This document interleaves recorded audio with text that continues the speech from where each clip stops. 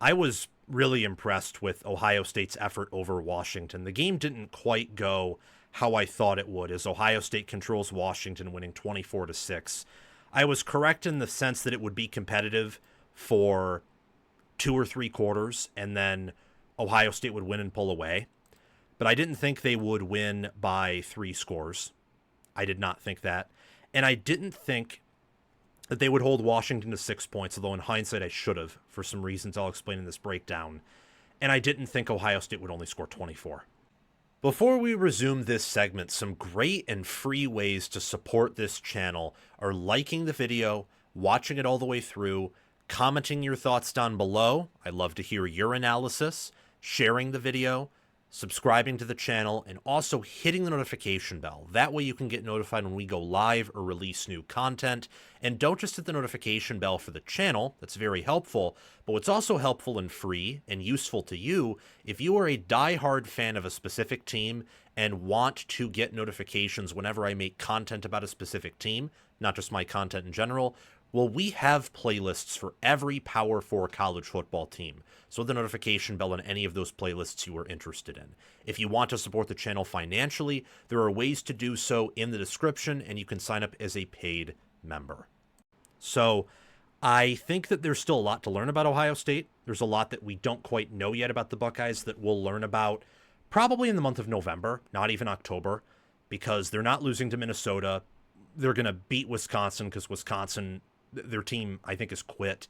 And Illinois could test them, but I'm not going to count on Illinois really testing whether or not Ohio State is the nation's best team. Ohio State probably won't lose that game, and if they do, it's more likely to be Ohio State not playing to their potential rather than Illinois really exploiting a weakness that can't be overcome due to some simple fixes and getting up better for the next game. Ohio State right now is putting opponents in a locker and putting them in a blender and just beating them with defense. Offensively, I think that they are just fine. I don't think they have the offense they did last year. I don't think they have the offense they did in 22 or 21. It is a similar operation, but I would also say cleaner than the 2023 offense. So it's a little bit better than that, but it's not quite the 24 playoff offense or the 22 or 21 offenses, or even the 20 or 21 offense. This is a team that, as of right now, until further notice, is a defensive first team, which is kind of a continuation of the past 2 years of the Ryan Day era. It's really interesting. 2023, the defense is the better half of the team by a mile. 2024, the defense is the better half of the team, really outside of maybe 1 or 2 games, really. And this year, the defense has been the better half of the team through all 4 games, I would argue. I mean, Matt Patricia is doing a pretty good job. I was skeptical of the hire early in the preseason, but in August, the more I thought about it and the more I thought that Ohio State is a massive talent edge, he has great assistant coaches, and I trust Day with, commanding a program, I thought, I don't know if he's going to be the nation's best DC, but I think he's at least going to do enough at Ohio State to be considered a success. And while I think it's too early to immediately declare that Ohio State is going to have the best defense and that Patricia is elite, it's certainly trending that way, and right now I would say Ohio State has the nation's best defense.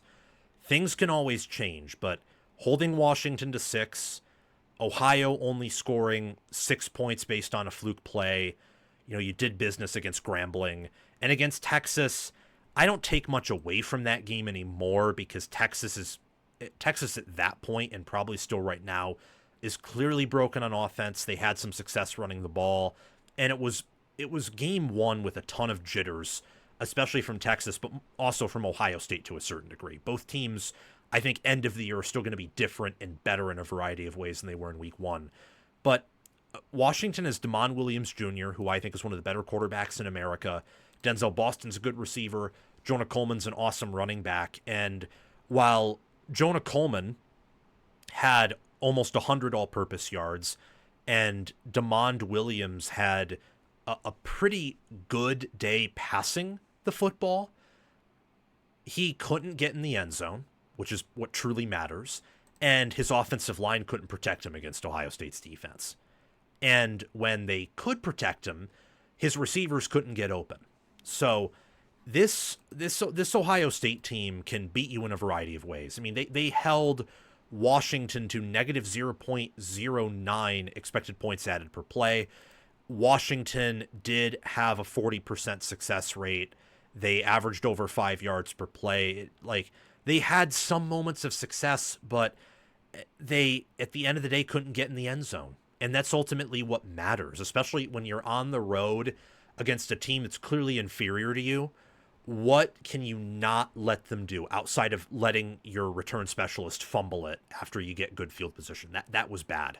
Or the 4th and 1 run failure, when you can get up on them early and you get the crowd excited by failing there. The one box they checked was Washington could get down the field, but they had to settle for field goals.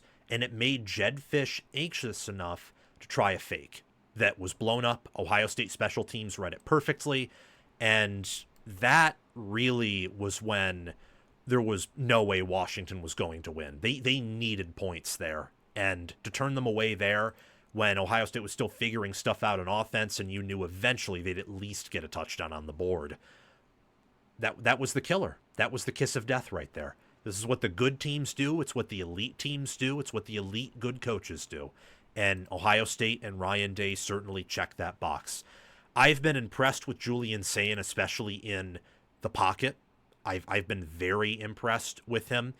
I think that he is a different quarterback than any we've seen under Day. He has some similarities to some, but he's not a carbon copy. So I think that his pocket awareness, for example, much, much closer to Howard's than it is to McCord's. I mean, there were some plays where Ohio State's offensive line, for the first time in a while, was not perfect in pass protection. And he was able to just, move, one step here, one step back, one step forward, was able to make all the throws. I mean, he was kind of waltzing. He was kind of doing a slow dance in the pocket. Looked very comfortable, very natural. He had 208 passing yards for an 88.9 QBR. He only took one sack, and that one sack was at the end of the game. It was more of a garbage time play than anything else. So it was a good overall effort by an Ohio State team that still has stuff to figure out, but is up there. They're ranked number 1 in the AP poll. They're ranked number 1 in the coaches poll. And honestly, through 5 weeks, there is a strong argument for Ohio State to be number 1. I think they're either the best team in America or they're the second best team in America. I think it's an Oregon versus Ohio State argument right now. If you only want to value recent performances, you could maybe say Alabama from a power ratings angle is number 1, and they're up there in FPI and S&P Plus with Ohio State and Oregon. That's kind of the top 3 from my understandings. But I can't overlook how they've appeared on defense compared to Oregon and Ohio State at times. I can't. So right now, I think it's an Oregon versus Ohio State argument. And that's what I want you guys to tell me in the comments section. Is Ohio State the number 1 team right now? Let me know. I think certainly they have the number 1 defense. I think that their questions right now relate to the offense. And I think specifically the run blocking. And that's a point about Ohio State that I've been correct on since the preseason, is the more fall camp came out and news came out, I thought to myself, okay, I think they're going to have a really good pass blocking unit, just based on the reports I heard. But I thought that, also based on the reports I heard and reading in between the lines, that the run blocking probably wasn't going to be good and that run stoppage on defense was going to be inconsistent. Now, I've been impressed with Ohio State's run defense at times. There's never really been a point this year I've been impressed with their run blocking up front. I mean, very often when they run the ball, they're not just doing it with 5 offensive linemen. You're often bringing in a tight end or extra tight ends or even a fullback, and you still can't consistently power run. It's just not the identity of this team. This team in that regard is very much like the 2023 team. You're better off letting Sayin do what he can, and they let him pass it nearly 30 times, 22 of 28. As the game went on, they became more content letting him pass the ball and letting him command the offense rather than where at first it felt like they were trying to just control the clock and get on out of there. And they controlled the clock throughout the game. But it was nice to see them give him an opportunity to really take over, because I think that with the receivers and the pass blocking they have and the tight ends they have, that sometimes you can control the game if you're Ohio State in a non-traditional way. You don't have to be 2023 Michigan or the Jim Harbaugh Michigan teams, or maybe some of the Ohio State teams of the past, where to really control a game and to choke out an opponent, you have to run, and you have to run well. You want to keep a balance. You want to run to keep a team honest.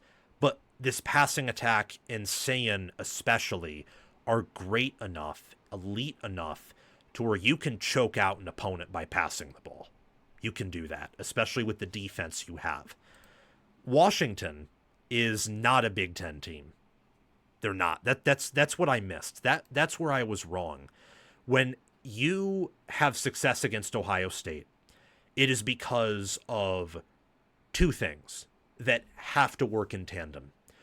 You must have a great offensive line, and you must have a great quarterback, and you must have both of them at the same time. If you lack one of those, even if the other is awesome, you will fail. Case in point, Penn State last year. Penn State's offensive line, one of the nation's best. Their quarterback and wide receiver core, a 0. They score 6 points in the game offensively. Another case in point, yesterday, Washington, great quarterback.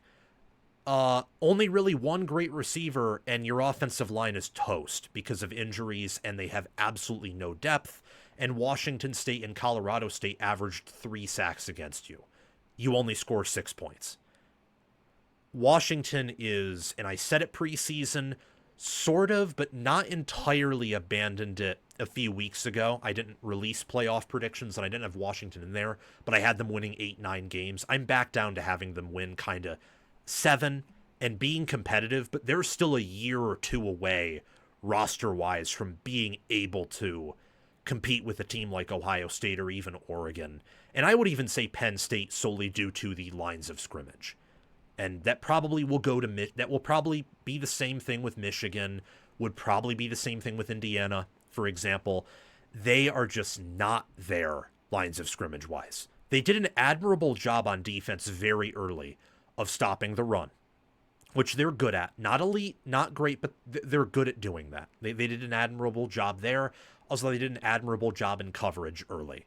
But that defense isn't extremely talented. It's pretty thin. And at some point, Ohio State was going to score a ton of points in them. And while Washington was able to run the ball with some success, and Williams was able to have success passing some, at the end of the day, at times the offensive line just got totally blown up, whether in run blocking or pass blocking. And Williams, I don't think, is even there mechanically to compensate a ton against a defense that elite. He's just not. I mean, Ohio State is... So they allowed 6 against Washington, 9 to Ohio, that's 15, and 7 to Texas. They're averaging 5.5 opponent points per game through 4 games. That is 2024 Ohio State, 2023 Michigan, 2021, 2022 Georgia level stuff defensively. We'll see if they can keep it up. We'll see if it's a GOAT caliber defense. As of right now, it's the nation's #1 defense, and I think that Washington has a ways to go as a program. Thank you so much for watching this segment on College Football with Sam. Before we close out here, make sure to like the video, subscribe to the channel, share this video around, comment your thoughts and analysis down below so I can read them and reply to them if I have the time. Members get priority replies, but I try to reply to everyone. And also hit the notification bell for the channel and also for any team playlists you are interested in. If you want to support the channel financially, you can always super chat me in the comment section, but I prefer that you sign up as a paid member of the Patreon page or as a YouTube member or that you can purchase some wonderful merchandise to represent us. I'll see you all soon and have a fantastic